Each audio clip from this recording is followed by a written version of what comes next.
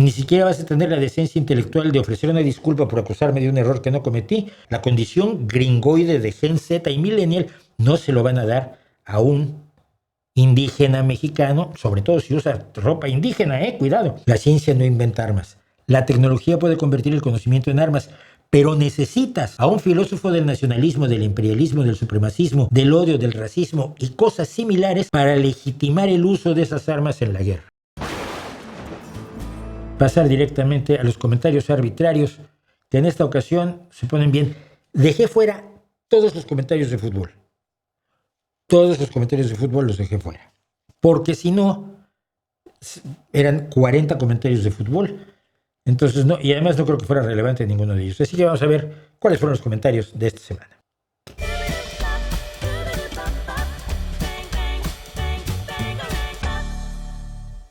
Empezamos con Iván. Esto fue muy divertido con Iván Mercado. Voy a explicar por qué lo hallé tan enormemente divertido.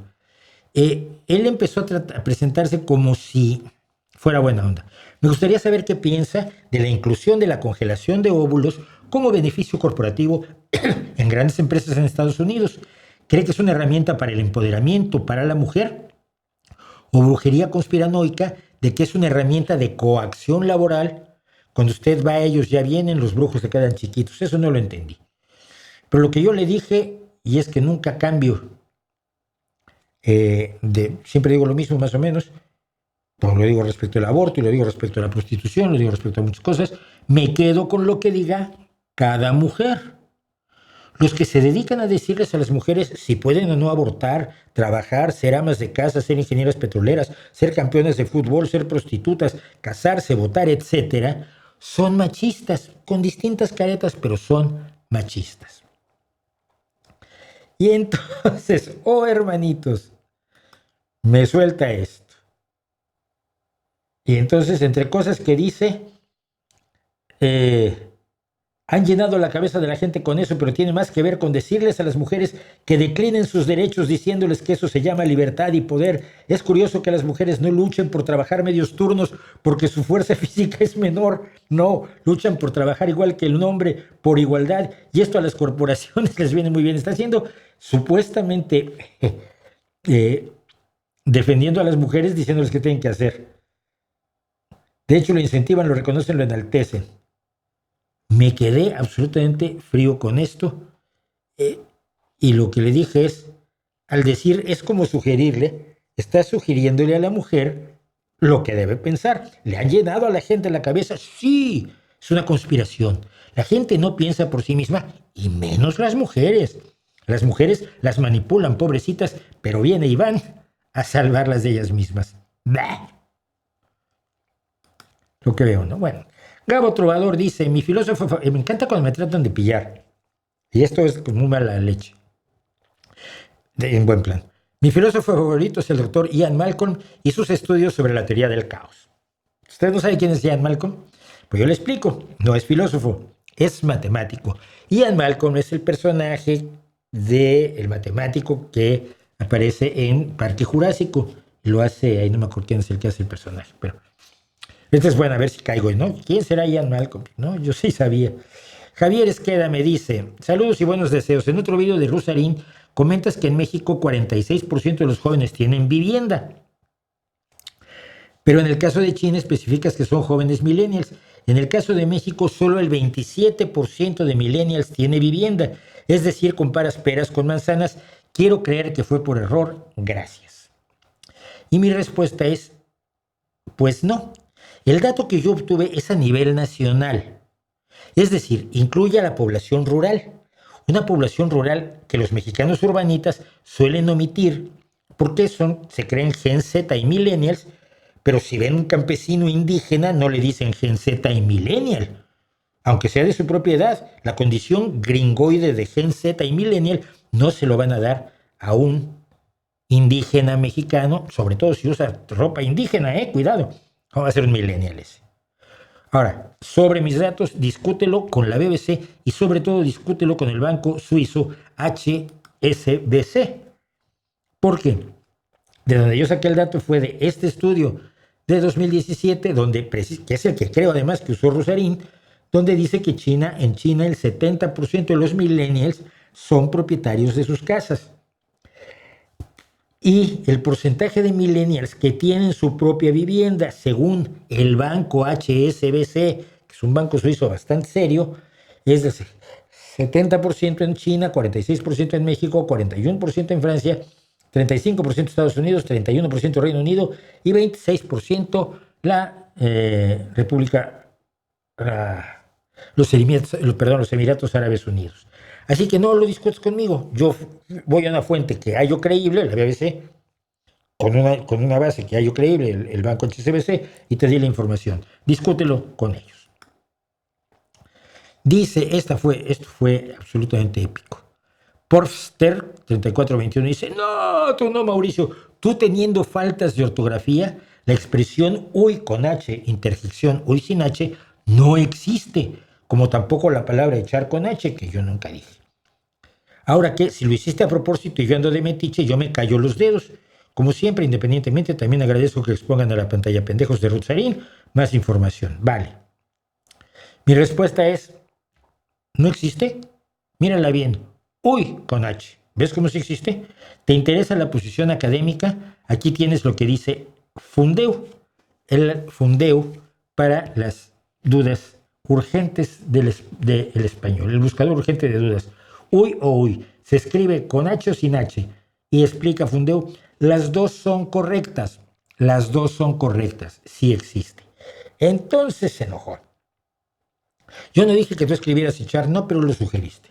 Era un ejemplo, y lo de a pantalla pendejos era por Ruth Sarín, no es el punto de discutir contigo.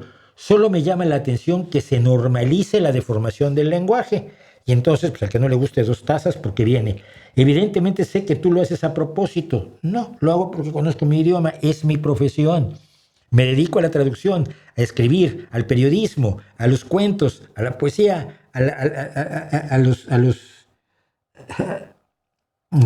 las canciones y a esto, que es hablar todo el tiempo en radio y en televisión, durante más de 50 años. El otro día dijiste que nos aguantáramos que se utilizara el término presidenta, pero si fuera hombre entonces sería presidento. ¿Por qué normalizar la pseudocultura? Y yo no estoy diciendo que tú, me refiero a gente como Sheinbaum. A muchos no les gusta, y abriendo cosas más importantes que criticar a Sheinbaum, no les gusta que se llame presidenta. Mi respuesta, ni siquiera vas a tener la decencia intelectual de ofrecer una disculpa por acusarme de un error que no cometí. Sobre sirvienta, clienta, parienta y presidenta, te dice el Fundeu que se usa desde hace más de 200 años, que tú vives en la indecencia, en el pasado y en el autoapantallamiento. Fundeu señala que es preferible para mujeres que presiden. La palabra presidenta para la que preside es correcta, se usa desde hace varios siglos y está aceptada por la academia. Miren que yo soy antiacademia, pero a algunos los impresiona. Desde 1803, no lo inventó Sheinbaum, en 1803 creo que era demasiado joven. El femenino sirvienta es igualmente correcto y lo adecuado si se refiere a una mujer. Ahí está, y está en el diccionario panhispánico de dudas, está en el Fundeu de la RAE. ¿Creen ustedes que me ofreció una disculpa? La respuesta es por supuesto que no. Alexander Bell, ¿en qué se benefician Ruth Sarín y Agustín Laje al defender con mentiras teorías en las que no creen? Primero que nada, yo no estoy tan convencido que no crean en lo esencial, en el objetivo de su lucha. ¿Pero en qué se benefician? Te lo cuento. Libros, invitaciones a conferencias, congresos, asesorías, artículos, viajes, bebida, comida, lujos, pago por servicios varios. La propaganda es su trabajo, trabajan de propagandistas y las personas que necesitan o quieren propaganda son las que les pagan.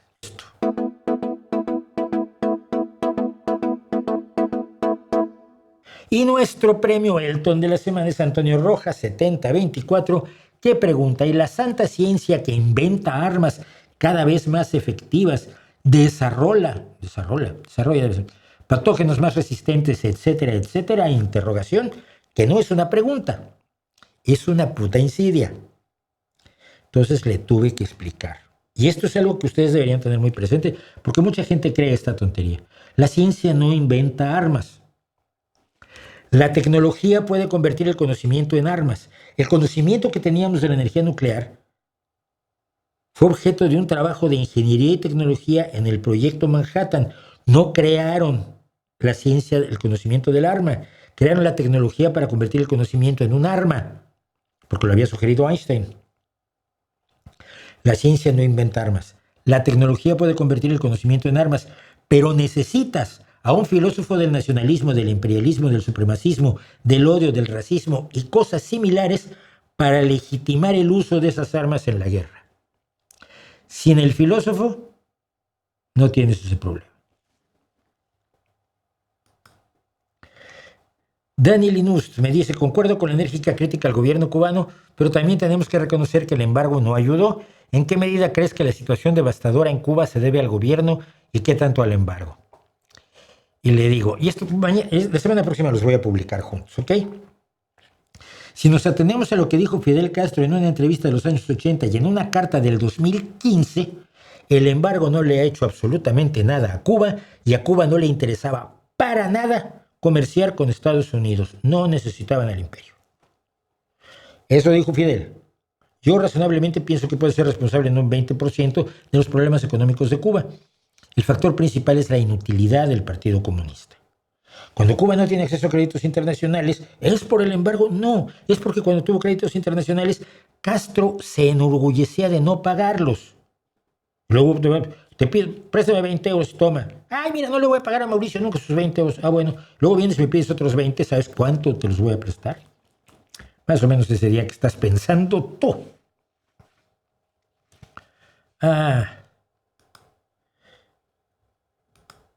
Dice, como nuevo espectador y de manera respetuosa, ¿me podría ambientar comentándonos cuáles son sus estudios profesionales? Por favor, solo es una cuestión personal que siempre hago para saber a quién escuchar, nos dijo Alexi Frieri.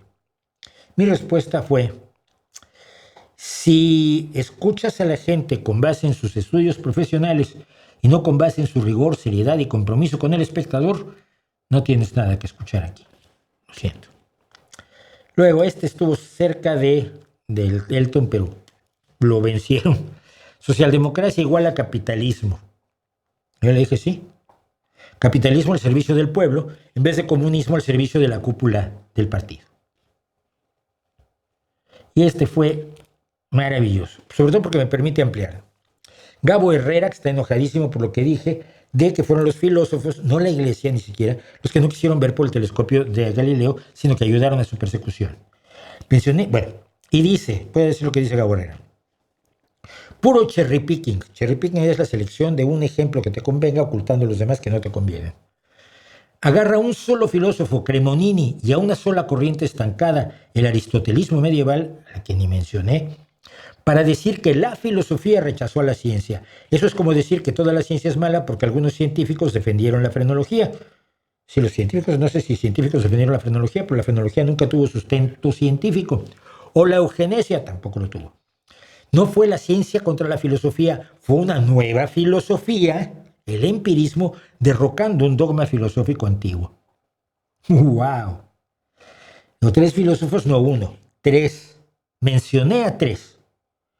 No eran todos. ¿Quieres más? Lodovico delle Colombe, Giorgio Coresio, Johann Georg Locker, Fortunio Lisetti, Arturo Delci, Christopher Clavius y más.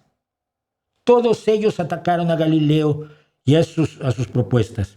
Eso no es cherry picking. Lo único que hice fue elegir a 3 como ejemplo de una tendencia general. Y del lado de la defensa de Galileo, ¿cuántos filósofos hubo? 0. Por eso el personaje Simplicio de Galileo los representa a ustedes, los filósofos. Los métodos de la ciencia son lo opuesto a la filosofía. En vez de salir solamente del razonamiento y de la argumentación, va a la comprobación de la realidad. No al empirismo, que es una corriente filosófica, sino a varias formas de comprobación de la realidad. Por eso, porque los métodos de la ciencia son lo opuesto a la filosofía, hasta hoy la filosofía combate, minimiza, denigra y ningunea a la ciencia y a los científicos. Hoy mismo te hablan de Kuhn, Lakatos y el chiflado de Feyerabend como si fueran los dueños de la verdad para establecer que la ciencia no es fiable. Que viva la filosofía, y los muy bobos te lo dicen por internet. Logro científico por excelencia, sí los hay. Dime, un solo estudio científico que validara la frenología o la eugenesia. No los hay. Así que los científicos que dicen que los defendieron, y no me das nombres, lo hicieron por creencia, convicción o postura filosófica, pero no por usar los métodos de la ciencia. Lo que dices es la misma tontería de quienes dicen que Dios existe porque hay científicos que creen en Dios. Pero tú lo haces para manipular y no te da vergüenza hacerlo. Y no es por nada, Gabo, como amigos te lo digo, no como amigos, por buena gente que soy te lo digo, háztelo mirar, no seas así. Finalmente, Sol Oscuro 666, cuando dije que la fabada servía para el calor, porque estuve recomendando fabada y explicando cómo se hace la fabada y las ollas podridas en general, estos cocidos que hay en todo el mundo donde echas todo lo que tenías más o menos a mano en la cocina y las sobras de la semana, y puede ser el locro argentino, que la feijoada, que el caldo gallego, todo el mundo tiene de estos, el propio pozole mexicano, ¿no? El otro día leí que era prehispánico. No, es que no había cerdo, ni res, ni pollo para echarle al pozole.